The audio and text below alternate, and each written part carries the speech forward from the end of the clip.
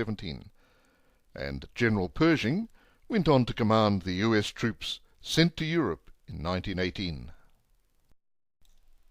In 1912, Nicaragua had a conservative government that was heavily in debt to American banks and also deeply unpopular. The Nicaraguan National Assembly named a nationalist, one Luis Mina, to take over the government. However, the United States feared that a nationalist government would threaten its interests, particularly a new railroad, so in August a landing force of Marines and sailors took charge of government buildings and supported conservative elements in the army in dispersing and disarming nationalist troops. A treaty in 1916 made Nicaragua a semi-protectorate of the United States. However, unrest continued, and a nationalist leader named Augusto Sandino conducted a guerrilla war against the US troops and Marines. US forces were withdrawn in 1933 on the onset of the Great Depression, came from an unusual source. Marine Corps Major General Smedley Butler was a senior officer in many campaigns. He was one of the few US soldiers to be awarded not one but 2 Medals of Honor, one in Veracruz in 1914 and the other for his actions in Haiti in 1915. He wrote his biography in 1935, and these are his words. I spent 33 years and 4 months in active military service, and during that period I spent most of my time as a high-class muscle man for big business, for Wall Street and the bankers. In short, I was a racketeer, a gangster for capitalism. I helped make Mexico safe for American oil interests in 1914. I helped make Haiti and Cuba a decent place for the national Citibank boys to collect revenues in. I helped in the raping of half a dozen Central American republics for the benefit of Wall Street.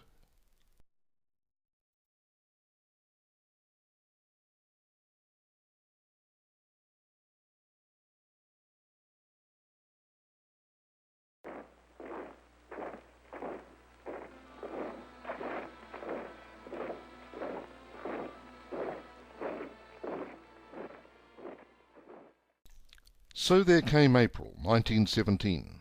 The United States declared war upon the German Empire and its allies. It took time to raise and train a large army ready to be sent overseas. When the doughboys were sent to France in 1918, it was a disappointment to many when they were spread across the Allied front rather than forming a single fighting force.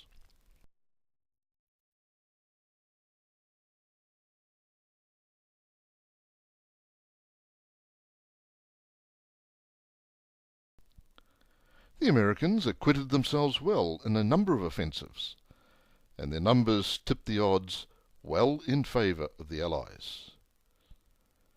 At the 11th hour of the 11th day of the 11th month, the guns in Europe fell silent.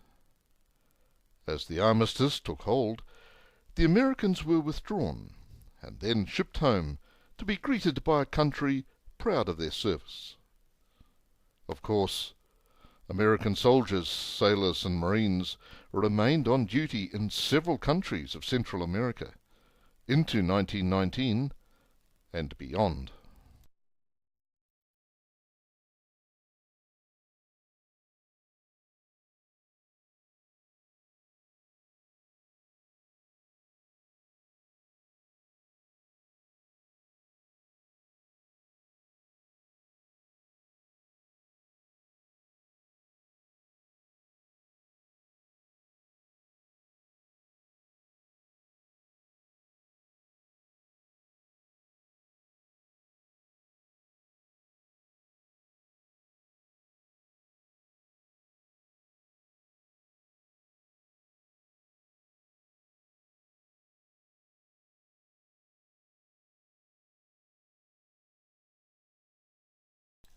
After World War I, the US was clearly the dominant military and industrial power in the world.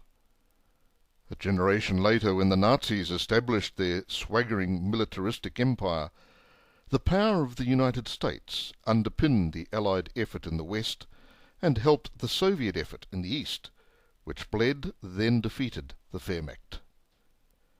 In Asia, the United States and its allies overwhelmed the Japanese Empire. In the post-World War II era, United States military forces claimed a role in enforcing world peace, at the risk of overreaching its power.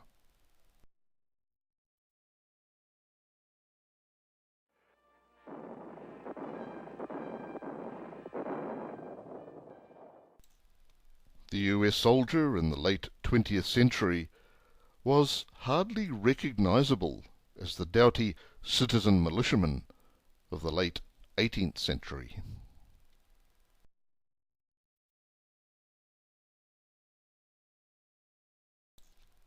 In a new century, in the countries of Central America, the role of the United States, as played out 100 years before, in those years 1914 to 1919, is still remembered today. Many countries have their heroes, nationalists and guerrillas, who resisted foreign military domination. Yet, apart from the statues, there are other signs of US influence, even down to the ubiquitous presence of hamburgers and hot dogs.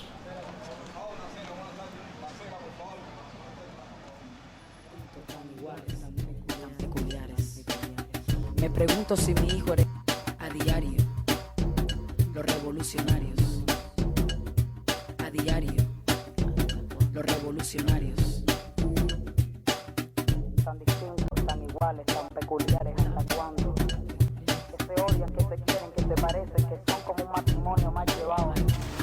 ¿Hasta cuándo Villanía tratar el mal para ver que será una pesadilla? Tendremos que esperar la promesa de ese día. Lo siento, es mi culpa, intentémoslo otra vez a diario.